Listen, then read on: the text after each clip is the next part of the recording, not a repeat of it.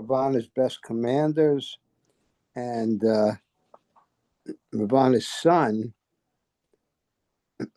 Aksha, was now eager to go meet Ram in battle. Yeah, wasn't that was kind of interesting that uh there's all these elements amongst the Rakshasis of being beautiful. Aksha comes in, it just says there, right? They're radiant with youth and health and glowing with high courage in a shining chariot, confident of victory. Yeah. Right. Oh, Well, the Rakshasas could take different forms, so they could take attractive forms too. yeah. A- and it leads you to think that forms really are empty, aren't they? That you know, they mean nothing to some extent. I mean, yeah. So I'd love to start reading, you guys, if you don't mind. Yeah, sure. Chapter 56, Hanuman Bound. Valmiki describes in beautiful verses how the youthful warrior Aksha, the equal of the gods, rode to battle in a chariot drawn by 8 horses. Who can put up in a different tongue Valmiki's poetry, describing the beauty of forests and the terrible fury of encounters between warriors? The rhythm and grandeur of his words convey the terror and majesty of what he describes. This power is Valmiki's special gift. We can only summarize in pedestrian prose his glowing account of the battle between Aksha, the beloved son of Ravana, and the battle between Aksha and Hanuman. In a golden chariot acquired through Tapasya, rode Ravana's young son. And I guess tapasya is asceticism, right? Right. Fasting and um, self-denial. When he saw Hanuman seated on the stone battlement above the gateway and noted approvingly the beautiful symmetry of his mighty limbs and the majestic intrepidity of his look, Aksha felt that here was a foe worthy of his steel. He summoned all his strength and resolution to do him honor. The young warrior aimed 3 sharp arrows at Hanuman. They struck his body and drew blood, but Maruti's, I guess that's another name for Hanuman, huh? I But think. Yeah. Maruti's strength increased and his face shone with new splendor. He too was pleased with the prowess of the youthful Rakshasa. Fierce grew the battle between the two. Hundreds of arrows rose in clouds into the sky and hit Maruti. Like rain falling on a rock, they fell on Hanuman's body. Rising in the air, Hanuman dodged about, evading the arrows, slipping, as it were, through the meshes of that deadly network of missiles, and finding a favorable opening closed with Aksha. Hanuman admired Aksha's youthful promise and heroism and was sorry to have to slay him, but there was no help for it, for the prince seemed to get more and more formidable as the fight went on, and it was unwise to take chances with him. At last, Hanuman hardened his heart and decided to destroy the youth. He rushed against Aksha's chariot and broke it to pieces. The horses fell dead. The Rakshasa prince stood on the ground, chariotless. Nothing daunted, he rose in the air with bow and sword and attacked Hanuman. A great battle took place in the air. In the end, Aksha's bones were crushed and splintered, and he fell down dead.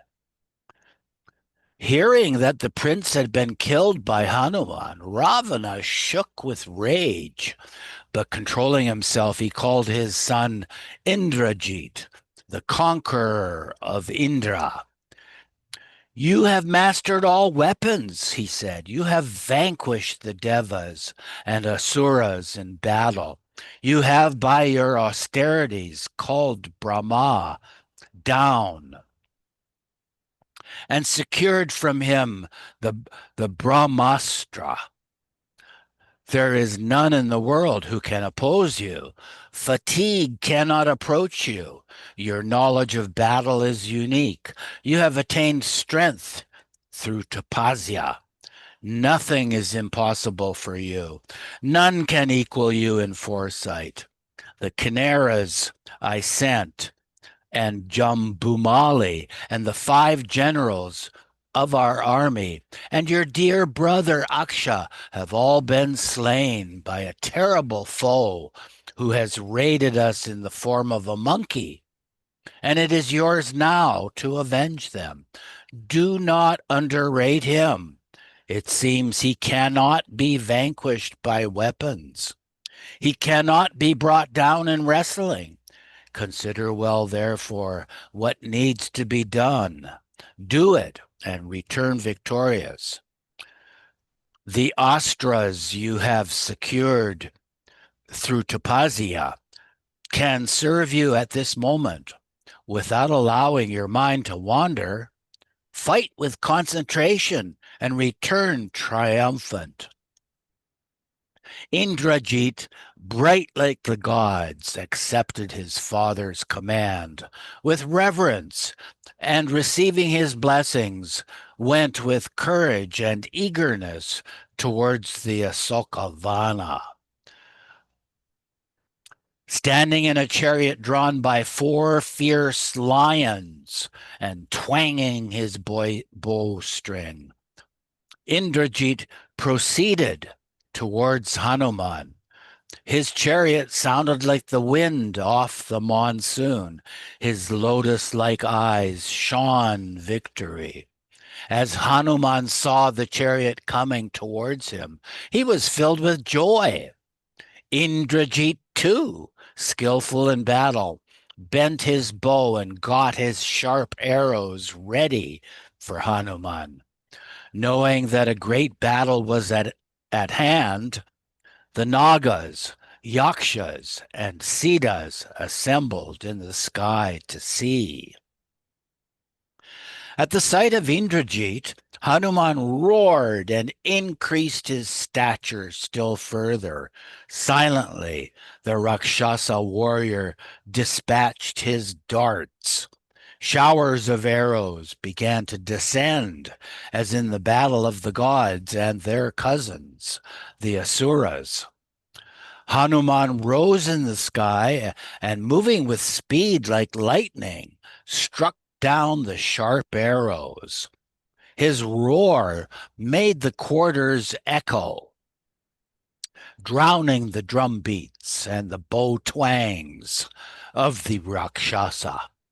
The battle raged with increasing fury and filled all beholders with amazement. In skill and strength, the 2 warriors were perfect equals. No matter how often he was wounded, Hanuman's strength showed no signs of lessening. Indrajit therefore resolved, "My arrows cannot vanquish this monkey. What my father said is true. He can be bound only by using the Brahmastra." The Rakshasa prince sent forth the Brahmastra. At its touch, the Vanara warrior lay bound and helpless. Hanuman realized what had happened. He said to himself, "I have been bound by the Brahmastra." Hanuman too had secured a boon from Brahma, and this he now remembered. This will keep me bound for only one muhurta, or 4/5 of an hour.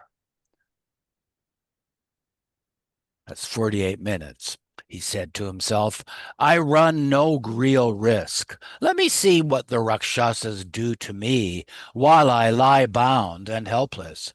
I might find here a further opportunity to function as a messenger. As instructed by Brahma, when he gave him the gift of immortality, he surrendered himself to the Brahmastra and lay down on the ground, inactive, but in full possession of his faculties. When they saw Hanuman thus lying helpless on the ground, the Rakshasas, who till then stood at a distance in fear, surrounded him and danced with joy, and called him insulting names, and praised their prince. We shall cut you to pieces, they shouted. Let us eat him up. We shall drag him to the throne of our Ravana. Thus, and in many other ways, they shouted. A few among them feared and said, This fellow is only pretending. He may get up suddenly and attack us. So they brought ropes of jute and coconut fiber and bound him hard and shouted exultingly, Now we have bound him. Let us drag him to the Lord of the Rakshasas. Indrajit, who discovered too late and could not prevent this foolish mistake of the Rakshasas, felt sad. Alas, he thought with sorrow, they have undone all my work. These fools do not know the secrets of supernatural weapons. When they have thus used ropes and jute for binding him, the astra withdraws its power. The bound of the mantra is undone when physical bonds are added.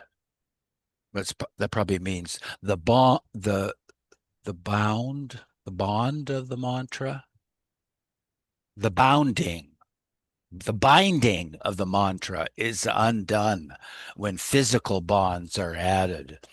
Hanuman is now held only by the ropes that he can burst asunder, and the Brahmastra cannot be used a second time.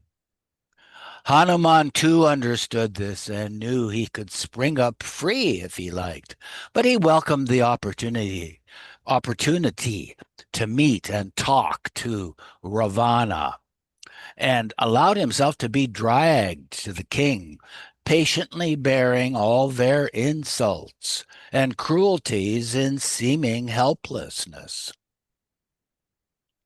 They belabored and foully abused him and dragged him through the streets, and women and children came out to look at him and jeer.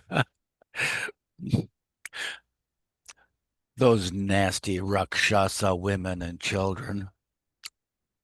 Next reader.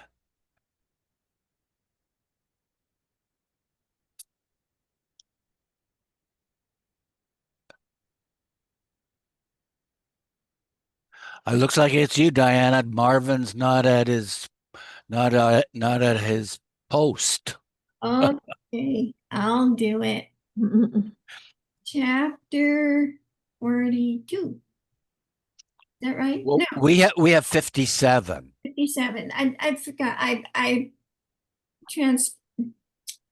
flipped my letter numbers around and read it. Oh, Okay, yeah. 5. what's that called? Transposing or something like that. Yeah, I put the V in front of the L. dyslexic. Yeah, I put the V in front of the L, so it became a 4. 40. Oh, I see. You have Roman numerals. That explains it. Yeah, yeah. Okay. Lanka in flames. His captors took him to the court of Ravana and placed him in front of the king. Forgetting the pain and insults he had borne, Hanuman gazed with wrathful curiosity at the giant monarch. As he gazed at him resplendent on his throne, a sort of pitying admiration of the doomed Rakshasa entered his thoughts. Clad in silk of golden hue, with the royal crown on his head, the jewels inlaid in it shining brilliantly, Ravana sat there, a figure of dazzling splendor. The whole court was brilliant with shining gold and gems, pearls and silk. His dark body, lit up by the marks of royalty, looked like a great radiant hill. Alas, thought Hanuman, full of anger, wonder, and pity. If only this great one had not swerved from the path of Dharma, not even Indra could equal him. What a form, what radiance, what strength! Trusting to the boon he had secured, he took to wicked ways and has lost his happiness and forfeited his greatness. As Hanuman was lost in thought thus, Ravana addressed his ministers. Find out from this wicked fellow who he is, where he has come from, who has sent him here, and why he entered Lanka. Tell him to speak truthfully. As ordered by the king, Prahasta questioned Hanuman. Do not be afraid, monkey. If you speak the truth, you will escape punishment. Did Indra send you here? Or are you Kubera's servant? Whose orders are you carrying out? Speak the truth and save yourself. Why have you come here thus disguised? Take care you hide nothing. Hanuman, facing Ravana directly, said, Neither Indra nor Kubera has sent me here. I am a Vanara. I came here to have a look at the Rakshasa king. That was why I laid waste the garden. Otherwise, I could not get to the king's presence. And because they attacked me and tried to kill me, I killed them in self-defense. I have come here as the messenger of Sugriva, the Vanara king. O Rakshasa king, my lord looks on you as a brother and sends you his greetings. Ramachandra, the famous son of King Dasaratha of Ayodhya, has become a friend of Sugriva, and slaying Vali has made Sugriva king. When Ramachandra, heir to the throne of Ayodhya, was living in the Dandaka forest to fulfill his father's word, his consort, who had been left alone for a while, was lost, and at the behest of Rama and Lakshmana, Sugriva has sent his servant to look for her throughout the world. I came to Lanka on this search, and here I saw the good princess. O Lord of the Rakshasas, I speak to you with respect due from the messenger of a brother king. I speak to you also as a devoted servant of the Prince of Ayodhya. You know well it was a cowardly act and totally contrary to Dharma to carry off the Princess Sita. This is sure to end in the destruction of your race if you persist in your wicked folly. Restore Sita to the prince and seek his forgiveness. Know that death has come to you in the form of Sita. Do not mistake poison for food. It is not wisdom to oppose Dharma and run into deadly danger. You know well enough that the sin of desiring another's wife will consume utterly the merit you have earned through tapas and destroy you inevitably. Your only recourse now is to seek refuge at Rama's feet. Do not make Rama your enemy and bring about your own destruction. The boons you have secured will avail you nothing against the prince of the Raghu race. Consider well and realize the danger you are in. Pay heed to the words of this humble messenger of the Vanara king. Turn to the right path and find safety. These words from a brother king are true and meant for your welfare. Hanuman uttered this bitter warning in a loud and clear voice. When the Rakshasa king heard it, His eyes grew red with anger, and he ordered that Hanuman should be killed forthwith. But Vibhishana pointed out that it would be improper to kill a king's envoy. According to the law of kings, it is not permitted on any account to kill envoys and messengers. You can have him mutilated, whipped, but not killed. So counseled Vibhishana. What is wrong, asked Ravana, in killing one who has sinned so greatly? Answered Subhishana with due politeness, no matter how grievous his offense, it was done at the bidding of others. To leave his royal masters alone and to slay their instrument, a mere messenger, what use or sense is there in it? Let us by all means seek ways of punishing those that sent him here. They must be brought here and given due punishment. If he is slain now, what chance is there of our real enemies being brought here? If, on the other hand, he is sent back alive to them, they will come here and attack us. Then they will receive proper punishment at your hands. Ravana agreed. Very well, he said. A monkey's most cherished possession is his tail. Set fire to his tail, flog him soundly, and turn him out. Excuse me. At these words of the Rakshasa king, his servants took Hanuman out. They wrapped his tail in rags of all kinds. His tail grew in size, and as it grew, they brought more and more old rags and wrapped them round. Then they soaked the whole in oil and set it ablaze like a huge flaming torch. Thus bound by ropes and with tail ablaze, Hanuman was taken through the streets of Lanka. Here goes the thief that entered our city, cried the women and children. They jeered at him as he was taken round by the exulting Rakshasas to the accompaniment of pipes and drums through all the highways and byways of Lanka. In the Ashokavana, the Rakshaksis told Sita, the monkey with whom you had secret talk, do you know what has happened to him? They have wrapped his tail in cloth soaked in oil and have set fire to it.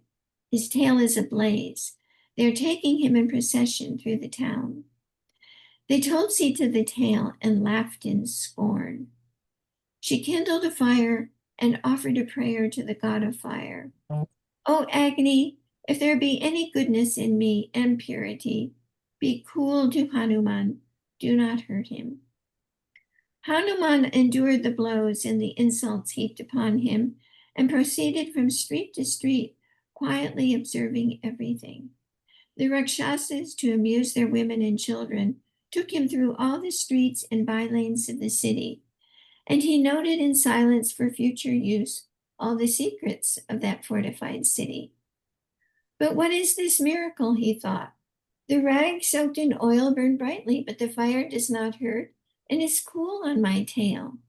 The elements themselves seem kind to one engaged on Rama's purpose. Did not the mountain rise above the sea and offer me hospitality? Even so, the god of fire is gracious to me now and does not harm me. Or maybe Agni, being a friend of my father Vayu, is gentle with me. Now I think I should not let slip the opportunity which has come to me unsought to put the fear of God into these Rakshasas.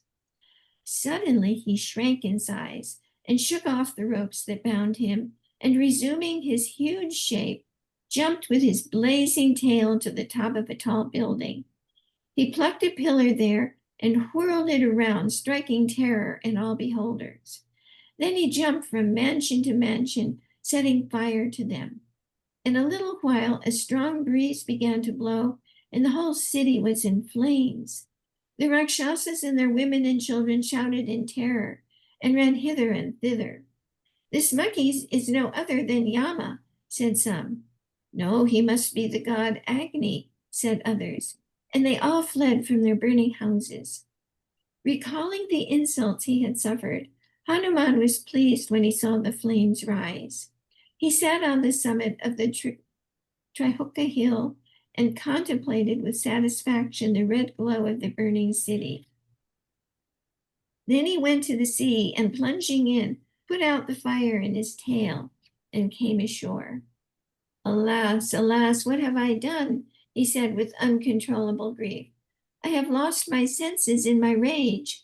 What is the use of strength and skill and all other gifts if one cannot control one's anger?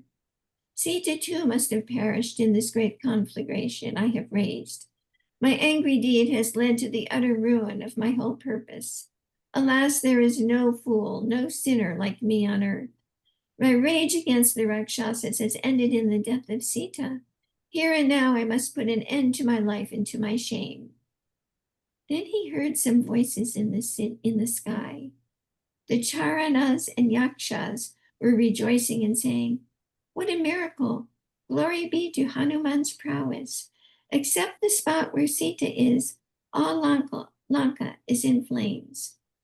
Hearing this ethereal conversation, Hanuman was relieved. Sita has saved herself. She saved me, for it was her purity and power that kept the fire from harming me. How can fire help paying homage to the goddess of chastity? What can fire do to fire? This fire that I started could not go near Sita, and is not all this Rama's purpose? Did not the ocean king and Mainaka mountain come to my help? Thinking thus, Hanuman went straight to the Ashoka park again. There, under the Simsupa tree, he saw Sita, who was greatly relieved to see him alive and cheerful. Rejoicing, he bowed before her and said, "O mother, I have seen you safe and sound. This is your power and my good fortune. Now give me leave to go." And Sita said, "You are indeed a hero. For you there is nothing impossible. See that my lord comes here soon and lays low the Rakshasas and redeems me. I depend on you. You alone can achieve this." "Be assured," said Hanuman, "Sugriva will soon be here with Rama and Lakshmana and the myriads of Vanaras. Ravana and his wicked hordes will perish. The happy prince will return with you to Ayodhya. Grieve no more. God bless you." Thus consoling her, Hanuman took leave of Sita. He went to the shore of the sea and, climbing up the beautiful hill called Arishta, rose into the sky. On the way, he saw Mainaka eagerly awaiting him. He affectionately stroked it with his hand, but did not stop. He flew straight like an arrow shot from a bow. At sight of the Mahendra hill, he knew that he was near the other shore, and he roared. The Vanaras, meanwhile, who saw Hanuman flying towards them like a great eagle across the sky, shouted, "He is come! He is come!" Till now their hearts had been full of care and their eyes wet. Now they jumped in their joy. "It is certain he is returning in triumph," said Jambavan, "else he would not roar in this manner." They climbed up trees and hills and stood watching with joy the approach of Hanuman returning from Lanka. And Hanuman rejoiced to see the mountains and trees all covered with his friends. Amid their glad uproar, he alighted on the Mahendra hill. Jai Baba. Mm. So dramatic. Yeah. I'm thinking, Rama, what these characters were real people. This is, the whole story is magnified and glorified, and it's uh, but at the base of it, it is a real story. I assume the kidnapping of Sita. I don't know. At what point does it become legend? Yeah,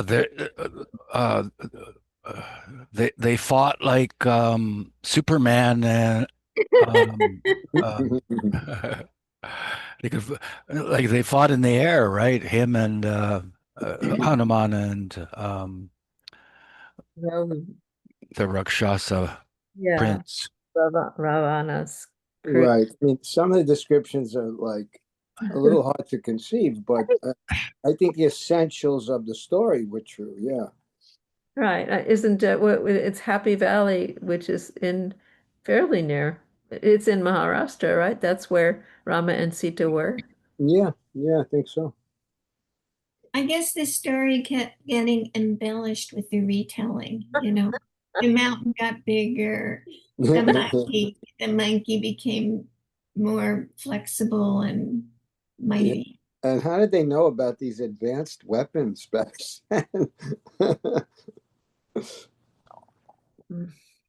Hmm. Oh, go ahead. Shall I read? Yeah, go ahead, Betty. Yeah. 58, a carnival. Beside themselves with joy at the sight of Hanuman, the Vanaras assembled on the Mahendra peak, and the veteran Jambavan, welcoming the son of Vayu with great affection, spoke on behalf of all. We are eager to hear a full account of your journey and its triumphant conclusion. More particularly, we are anxious to know how you discovered Sita. How is she now? What is the state of her mind and body? And dear son of Anjana, tell us about Ravana's state and behavior. After knowing everything, we shall be in a position to consider and decide what needs to be done next. Hanuman tendered mental salutations to Sita and began his story. You know how I sprang into the sky from this peak, and as I was flying over the sea, a golden mountain rose suddenly above the surface of the water.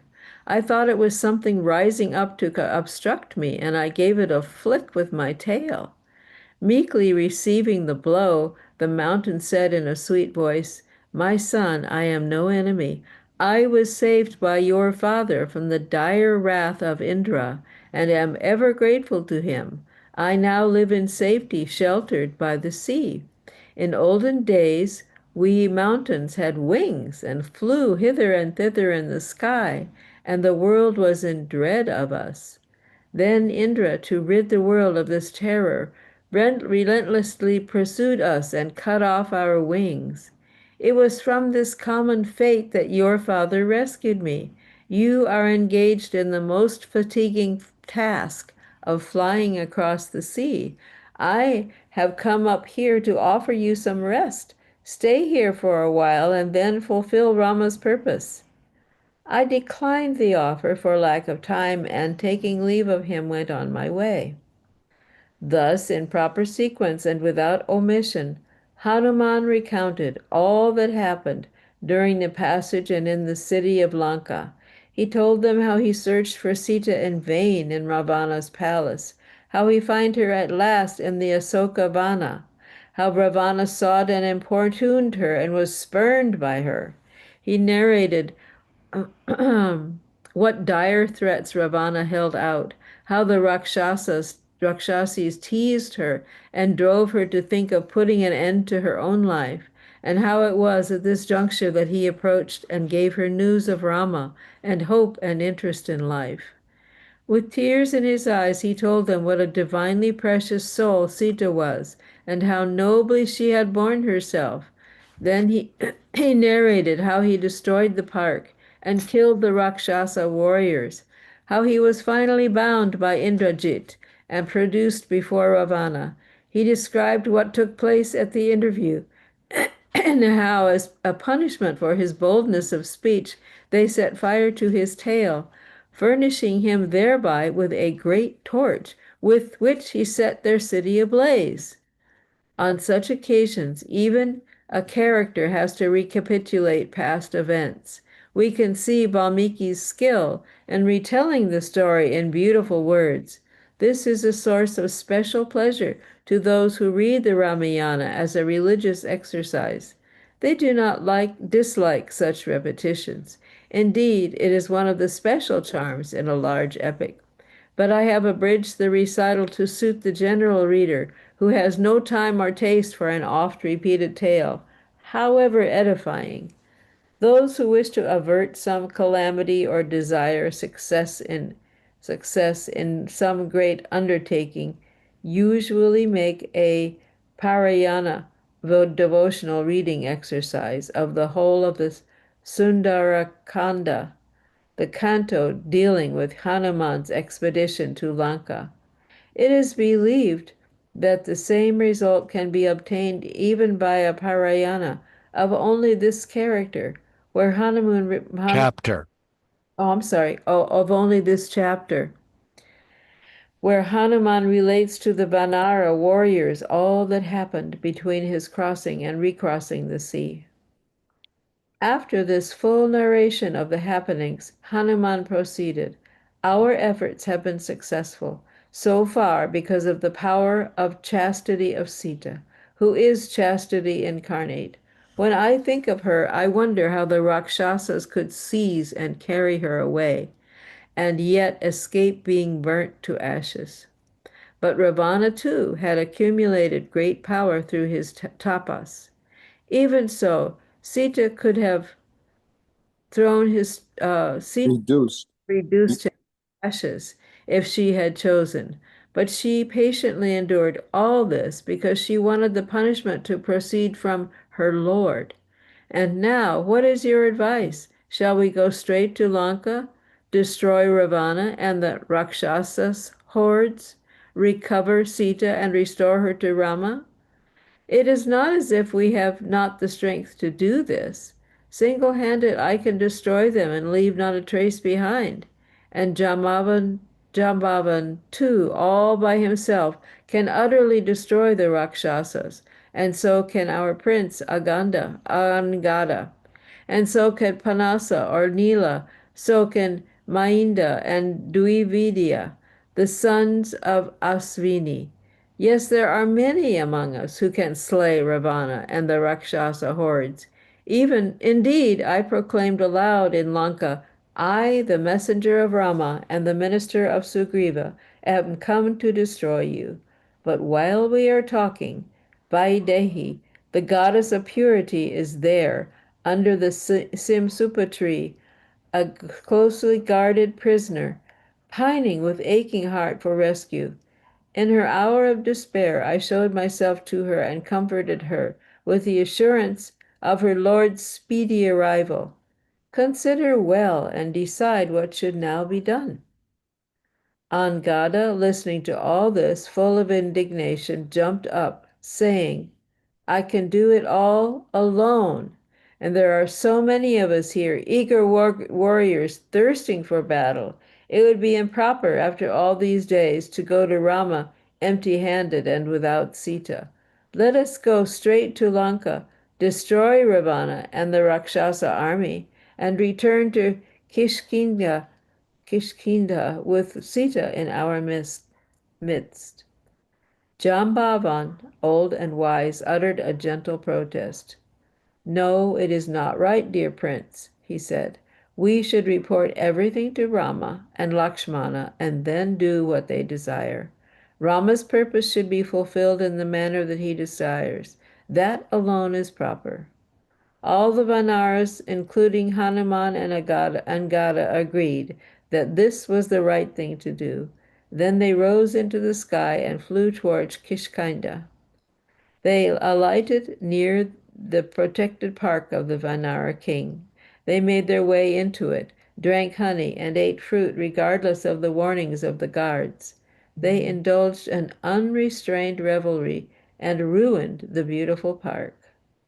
Unable to stand the riotous behavior of the mirth makers, Dadhimuka, Sugriva's uncle and keeper of the royal park, turned to the king and complained.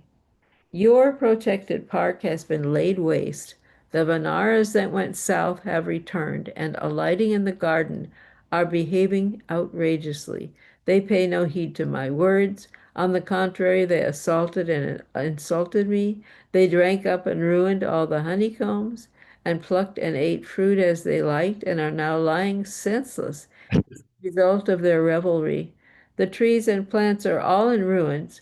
The king should forthwith inflict suitable punishment on these undisciplined Vanaras." Sugriva understood the position at once. "Lakshmana, it is clear that Hanuman, Jambavan, and Angada have succeeded in their search and are celebrating their triumph in this manner." Saying this, he turned to Dadimukha and said to him, "Send them all here at once."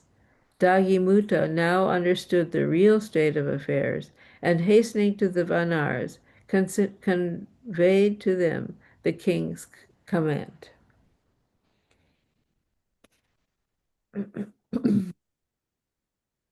Anybody else reading chapter 15? Yeah, I'll take over. That was kind of weird, though, right? The Venaras coming back and laying waste to the park, drinking honey and Very eating fruit. Yeah, undignified. getting a little ahead of themselves.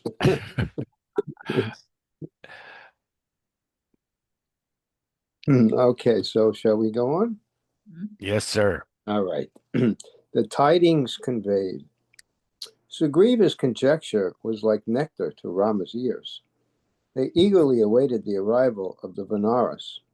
In short, while a great clamor was in the air, and the Vanara hordes alighted with cries of triumph, Hanuman and Angada, leading the Vanaras, marched to the presence of their king, who with Rama and Lakshmana was awaiting their coming.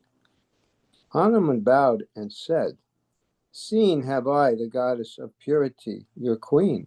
She is safe and well in Lanka. I salute her from here across space."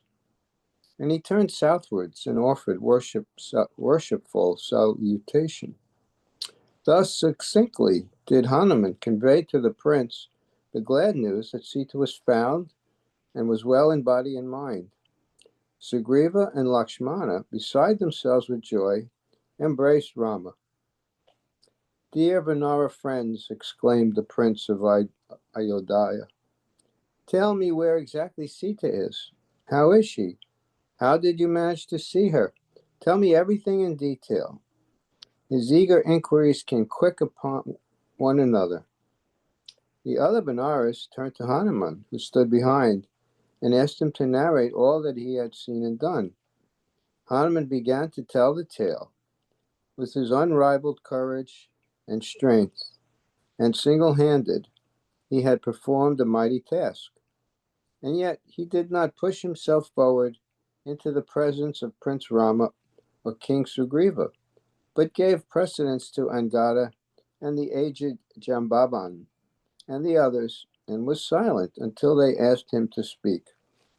Indeed, generally, great men who dare and do mighty deeds are disinclined to speak about their exploits. In painting this scene, the poet brings out this law of natural conduct. Another thing to note here is Hanuman's reverence for Sita. From the time he first saw her, his reverence for her appeared to surpass even his devotion to Rama, if the two could be distinguished. This is the case with all pious devotees who regard and worship the Supreme as Mother. When that aspect of the all-immanent power is before true devotees, their reverence becomes ecstatic, like a child's joy in a mother's lap. Crossing the 100 yojanas of water, I reached the city of the wicked Ravana on the southern shore. There, in a park attached to the palace, I saw Sita held prisoner and closely guarded. It was wonderful to see her emaciated form. She maintained life only in the thought of her Lord and repetition of his name. Cruel and ugly Rakshasis surrounded her. I saw her lying on the ground, her hair unkempt, and her face clouded by sorrow and care. When I reached there, she had resolved to put an end to her life, to escape from the Rakshasa king's importunities and threats. I began uttering praises of your glory in a low voice. Unknown to her and a mere monkey, I had to secure her confidence first. Then I spoke to her. I told her of the alliance between King Sugriva and yourself. I told her of your great grief and unchanging love. This filled her with sweet sorrow and awakened hope in her, and the desire to live. Asked for a token which I might convey to you. The angel of purity gave me this jewel to be given to you. She also told me how once a crow had troubled her while you were asleep, and how you were grieved about it. She asked me to remind you of the incident. She wanted me to remind you of another occasion when, roaming among the hills, perspiration had made the tilak trickle down her forehead, and you replaced it with a red ochre rubbed out of a rock.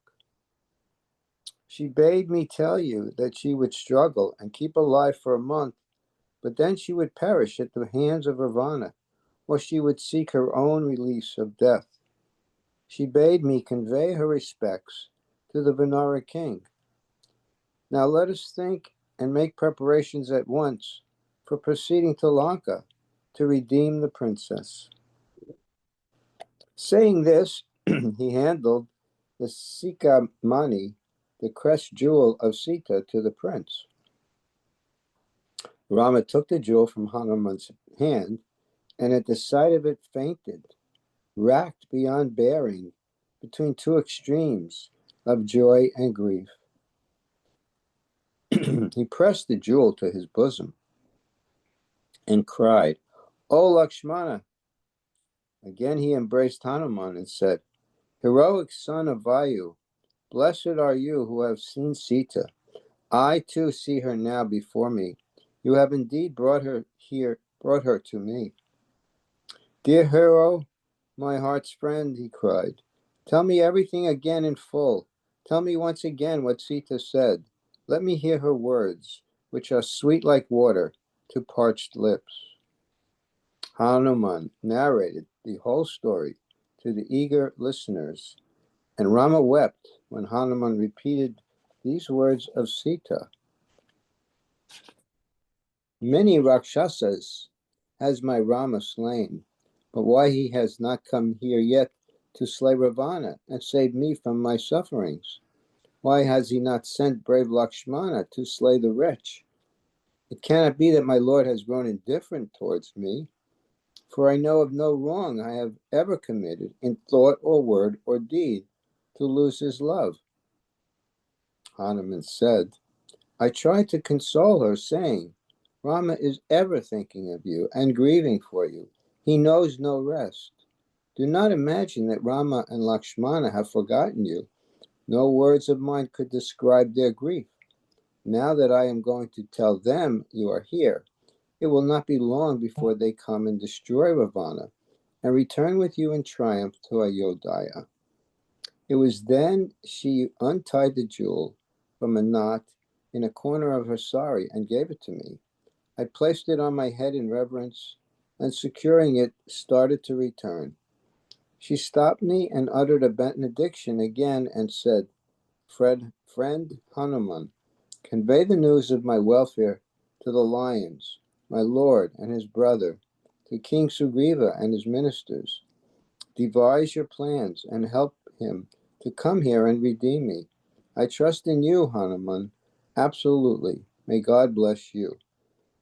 Lay aside your grief, my lord, continued Hanuman, and think out now what has to be done.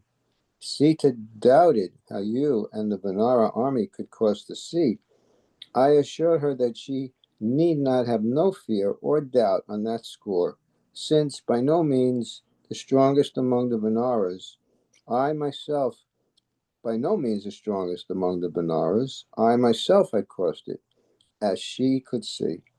I said to her that I myself could carry Rama and Lakshmana on my shoulders and cross the sea and bring them here. End of chapter. Margie-Pan, are you in the mood to read?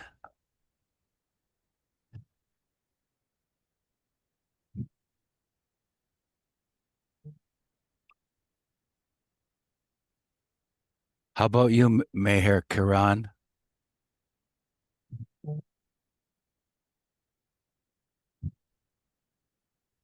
Yeah. So I start the army moves forward, right? Right. Okay, chapter 60, the army moves forward.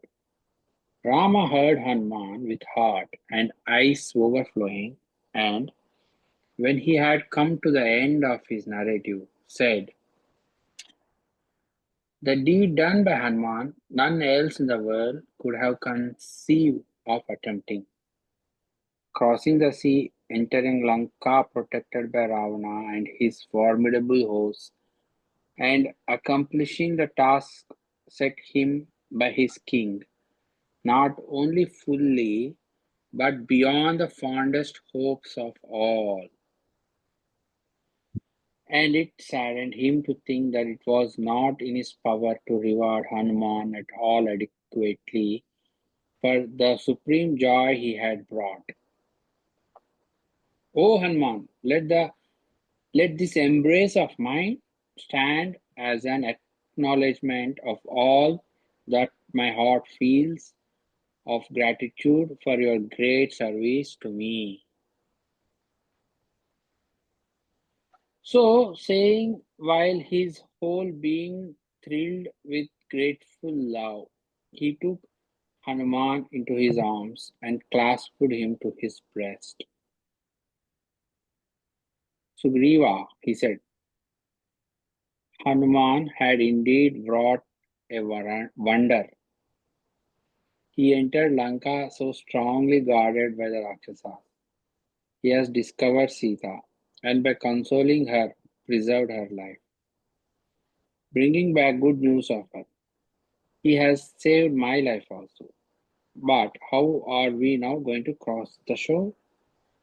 Cross the sea? Before we can attack Ravana's city and the Rakshasas Oh, you army. skipped a line. Okay, but how are we going to cross the sea? How can our huge army reach the other shore? Before we can attack Ravana's city and the Rakshasas army, we have first to cross the sea. I see no way of doing it. Our joy in Hanuman's achievement and the good news he has brought is overlaid by anxiety about our future course. But the Vanara king said, What is this, my lord Rama? What need is there for dejection? Here are my warriors ready to lay down their lives for you, and let it be our joy to transport you and Lakshmana to Lanka. Have no doubt that we can do it. The moment Hanuman saw Lanka, you may take it the fortress has fallen. Doubt only makes the warrior weak and afraid, and should be cast aside. Our victory is certain. The feeling of confidence in my heart at this moment is a good enough omen for me. Thus Sugriva reassured Rama and inspired him to action. Then Rama and Hanuman discussed matters about Lanka, the town, the fort, the moat, and other defenses. Understanding this, Hanuman described the wealth of Lanka, the happy lives of the Rakshasas, their confidence in Ravana, and their affection for him. He told Rama of the might and size of Ravana's army, the strength and structure of the fortress, the alertness of the sentry, the moats, walls, and gates, catapults, and drawbridges, the care and thoroughness of all the arrangements for defense. He also explained how the coast too was carefully guarded so that no enemy ship could approach it. And yet you may be certain, he said, our Vanara army is fully equal to the conquest of Lanka. We have with us peerless warriors like Angada, Dvivida, Mainda, Jambavan, Panasa, Nala, and Nila. We have an enormous army. We shall fly in the sky, and without touching the ground destroy Lanka. Its mountains and forest defenses are nothing to us. We shall raze the city to the ground. Fix the auspicious time and give us the order to start. Under the star of triumph, Uttara Falguni, at high noon, the army set forward towards the southern sea. Good omens greeted them. As they marched, Rama, Sugriva, and Lakshmana went conversing with one another. If only Sita could know that we have set out, said Rama. It would encourage her to keep life going. Scouts who knew the way Whoops, sorry. Scouts who knew the way went Whoops. little down. Yeah.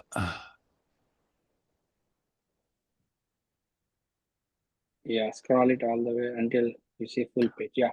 Scouts who knew the way went ahead, looking out for enemies lying in ambush. They led the army through regions that could provide food and drink for the huge army. With speed, the army crossed mountains and forests. The Vanaras sometimes carried Rama and Lakshmana on their shoulders so that the march might be speedy. Every moment, the enthusiasm of the Vanaras increased. They jumped and rode and sported. Rama could hear them saying to one another, I shall kill Ravana, I shall meet and kill Ravana.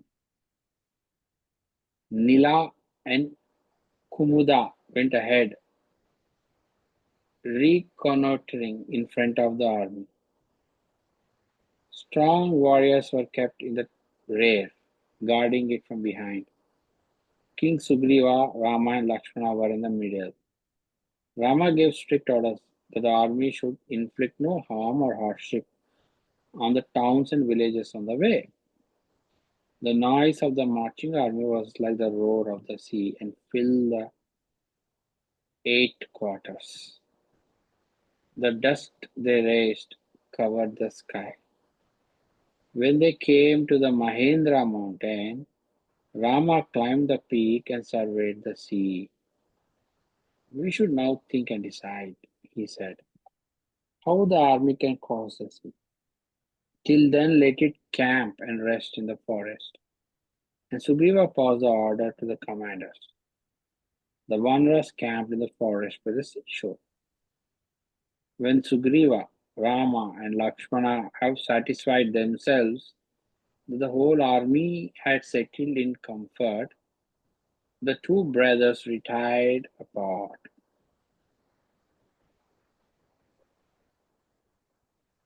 Rama said, if a person loses a dear thing, people say that time will enable him to forget about it and he will cease to grieve.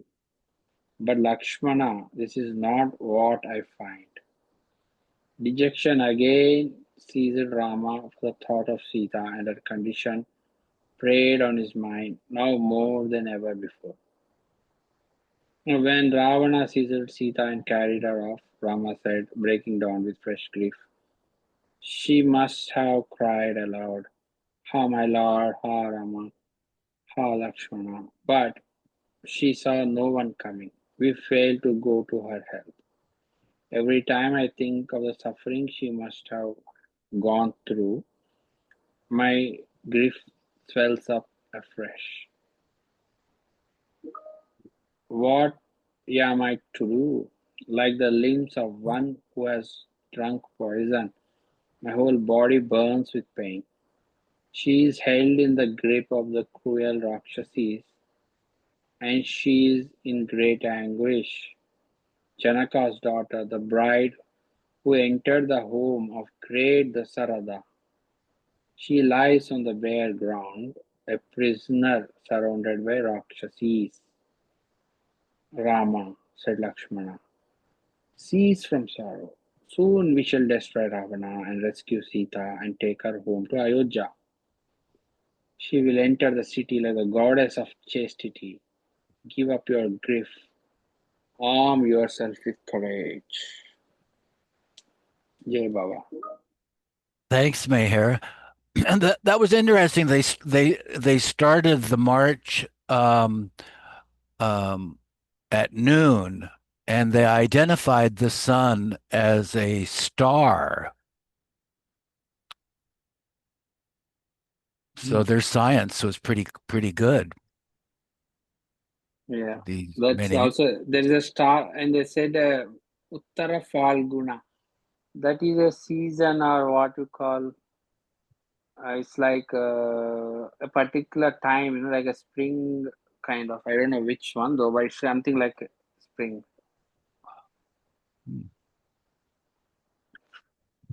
Maybe we ought to stop the recording. I think we're going to end the reading here, right? Oh, or shall we give Rosalie a chance to read? She just came a little late. Sure. Rosalie, we've given you the nod. If you'd like to read, That's unmute. so funny. Because I never sleep till 11:30, but today I slept till 11:30. And I thought, I'm going to go and check in at the Ramayana. That'll wake me up.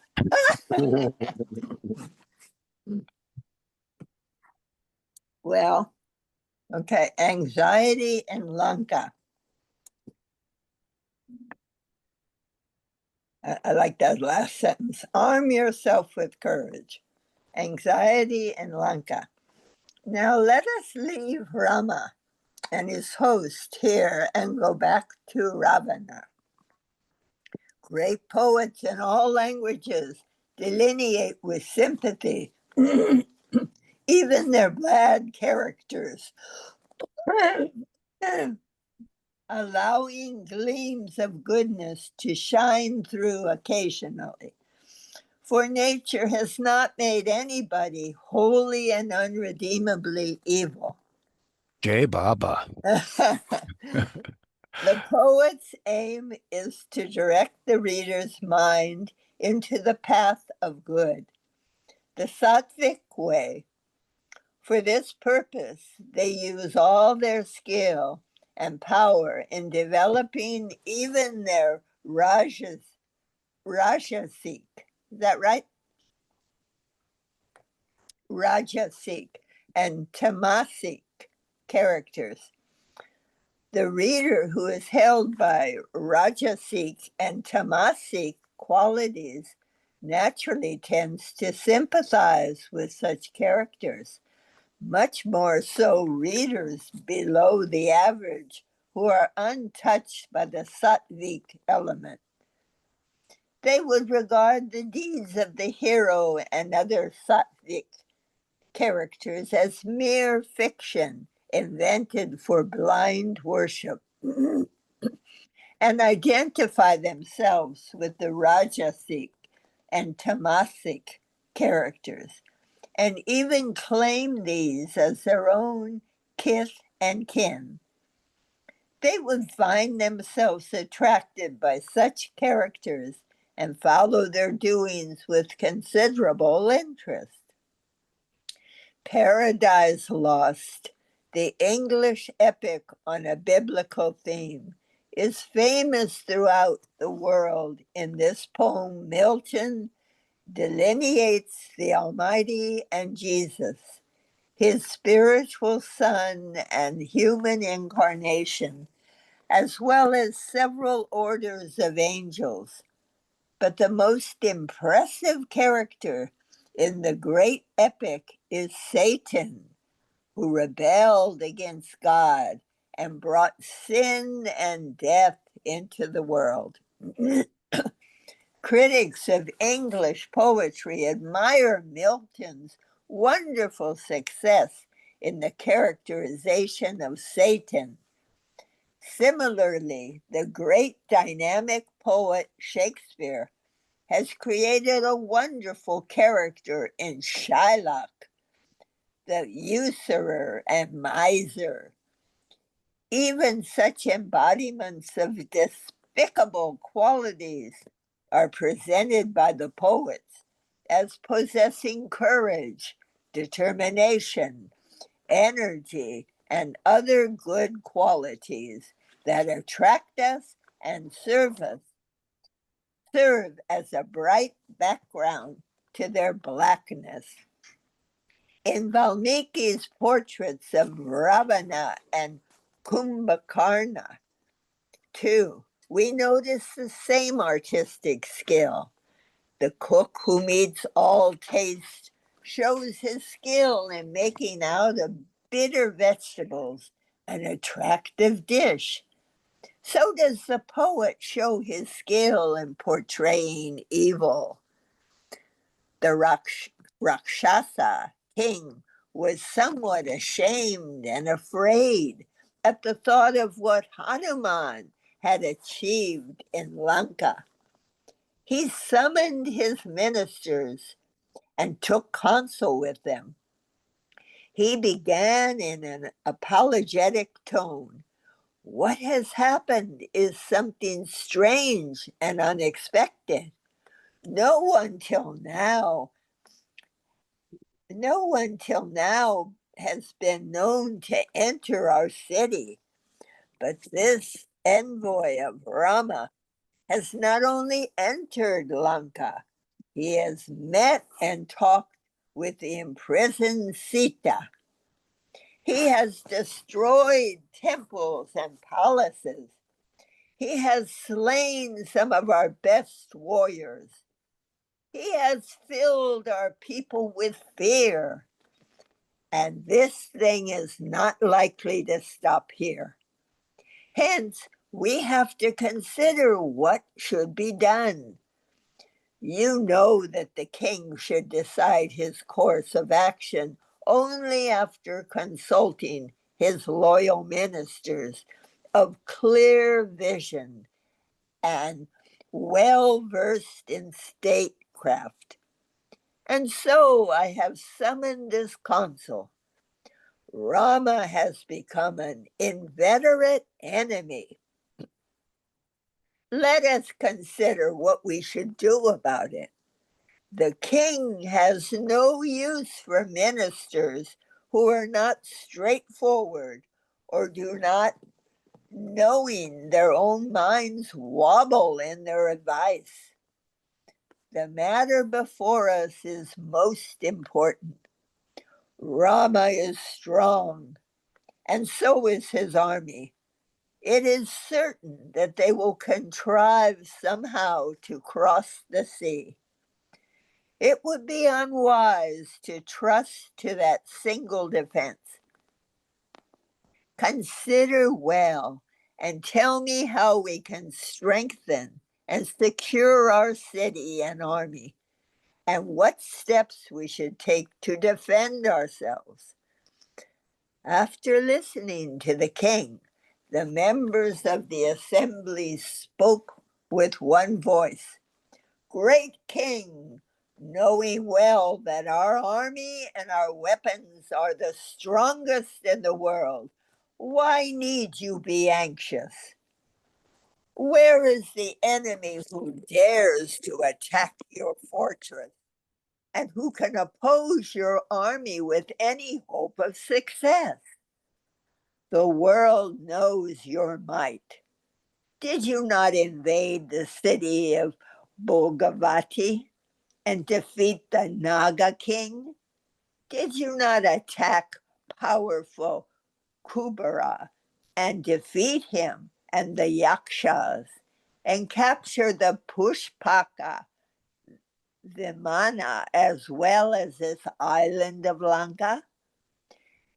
Did you not, Maya, in fear of you, sue for your favor and friendship and give you his daughter in marriage? How many cities in the nether region have you not attacked and taken? You fought and defeated the Kalakeyas, the sons of Varuna. Yea, and Yama himself have been suppliants for your mercy. And who is this Rama? Your son Indrajit by himself can destroy Rama and his Vanara army. Did he not seize and imprison Indra himself and afterwards let him go? How can Rama and his Vanaras stand against such a warrior?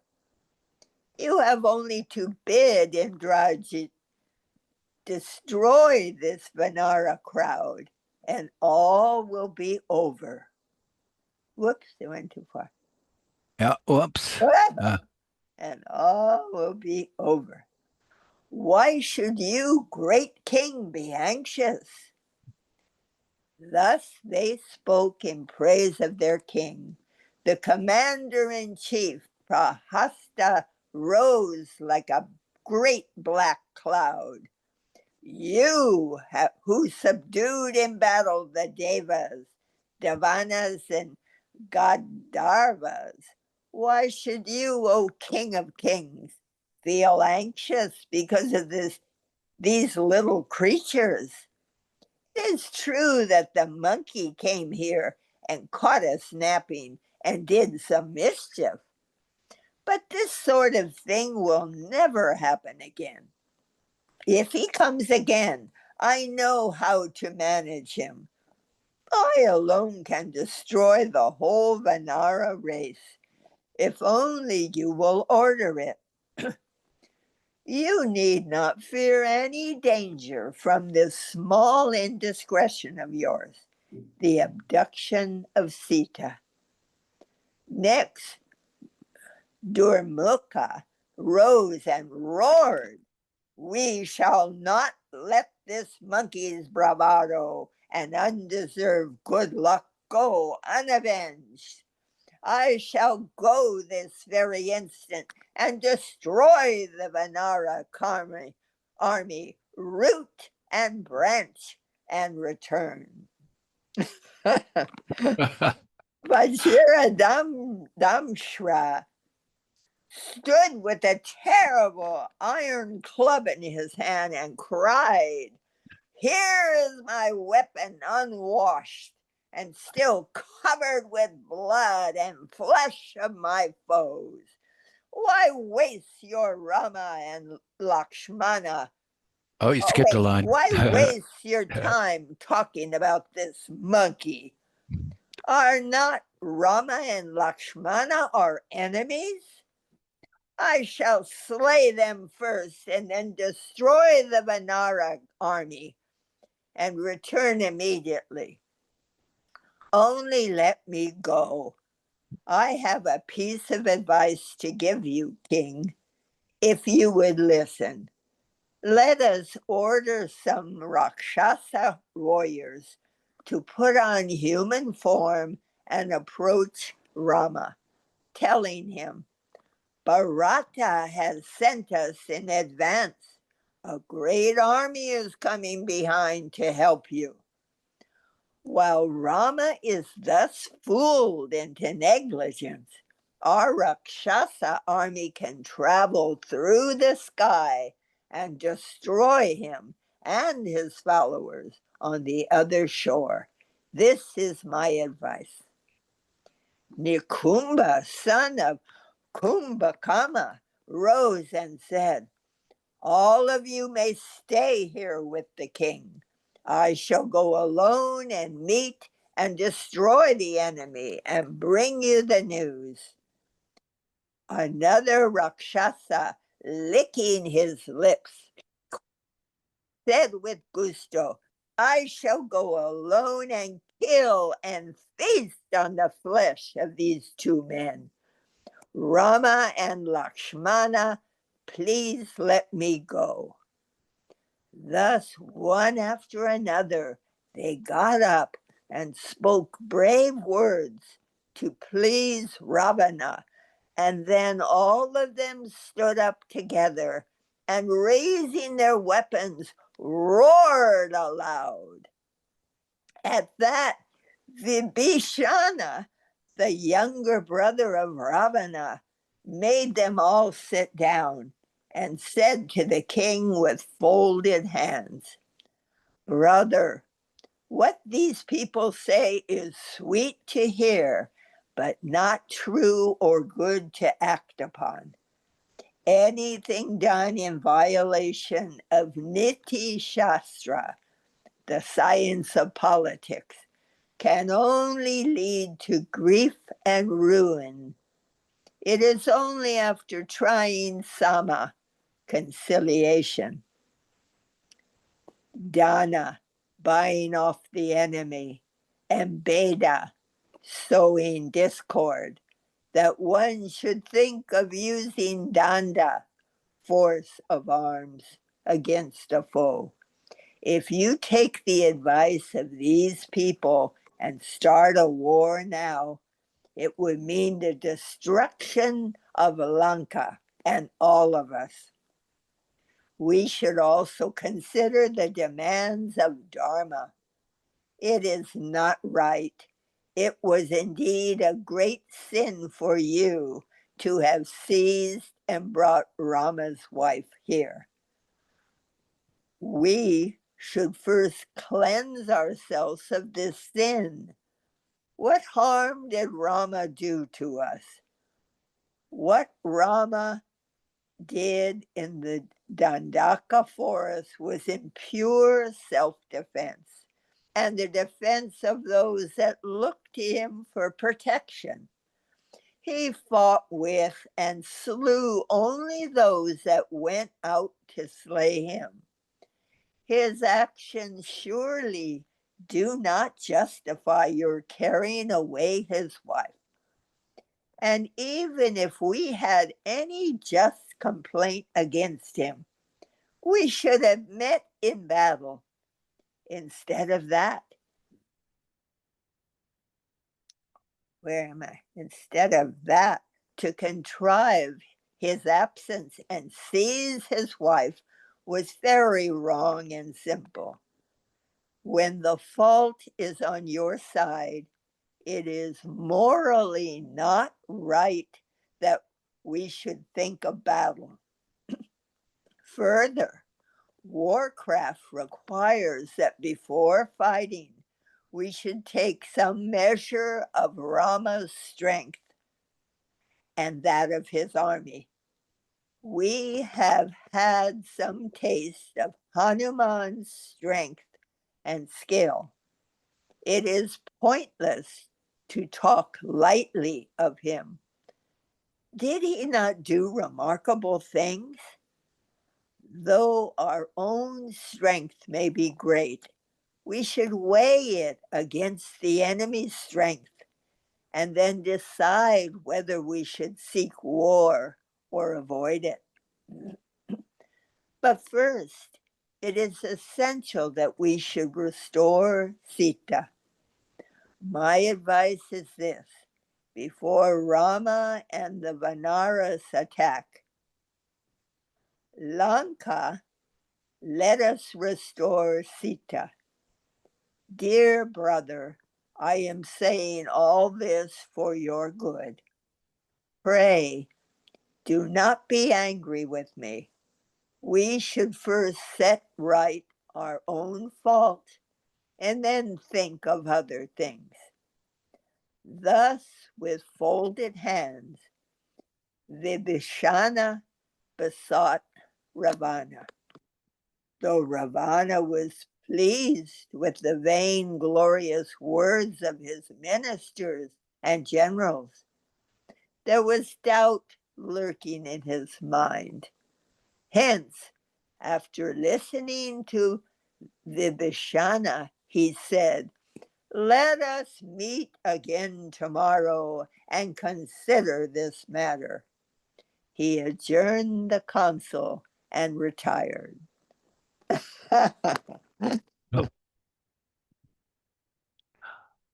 Awesome. That was a long chapter too.